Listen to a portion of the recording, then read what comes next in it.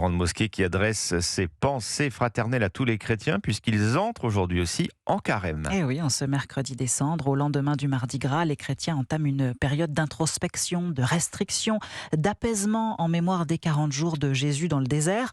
Un chemin vers Pâques que de plus en plus de jeunes tiennent à observer comme un temps de retour à l'essentiel. Reportage en région parisienne, Cyril de la Morinerie. Pour ces lycéens, c'est un jour particulier qui commence. Ils sont invités, s'ils le souhaitent, à participer à la messe du mercredi des Cendres et à partager un bol de riz.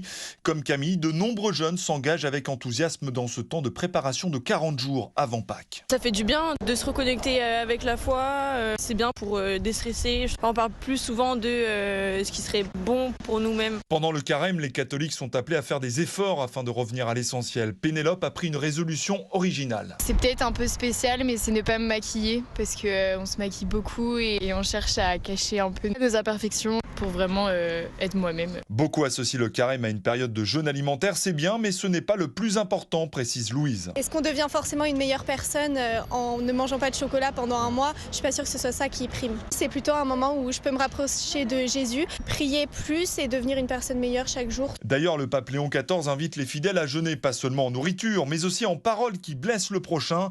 Une excellente suggestion pour Garance. Et jeûner de paroles malveillantes, c'est très bien ça. On a la critique un peu facile, le jugement aussi, les a priori sur les gens. Pour ces jeunes, le carême est aussi un temps pour se reconnecter à eux-mêmes et aux autres.